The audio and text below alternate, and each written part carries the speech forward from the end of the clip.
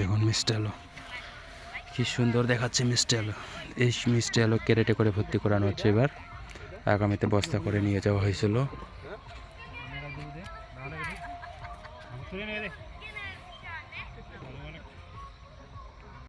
মিষ্টি আলু কম বেশি হয়ে গেছে দেখুন। এই যে মিষ্টি আলু মোটা আছে, খেয়ে ফেলে।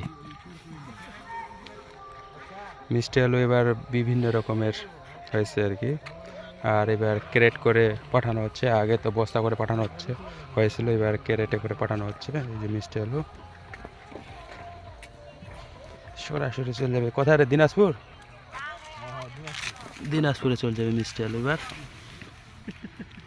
এবারকার মিষ্টি আলু সরাসরি দিনাজপুর। এর আগে তো বীরগঞ্জ, কাহারোল, আর এবার সরাসরি দিনাজপুরে যাবে। আর এবার হচ্ছে ক্যারেটে করে নিয়ে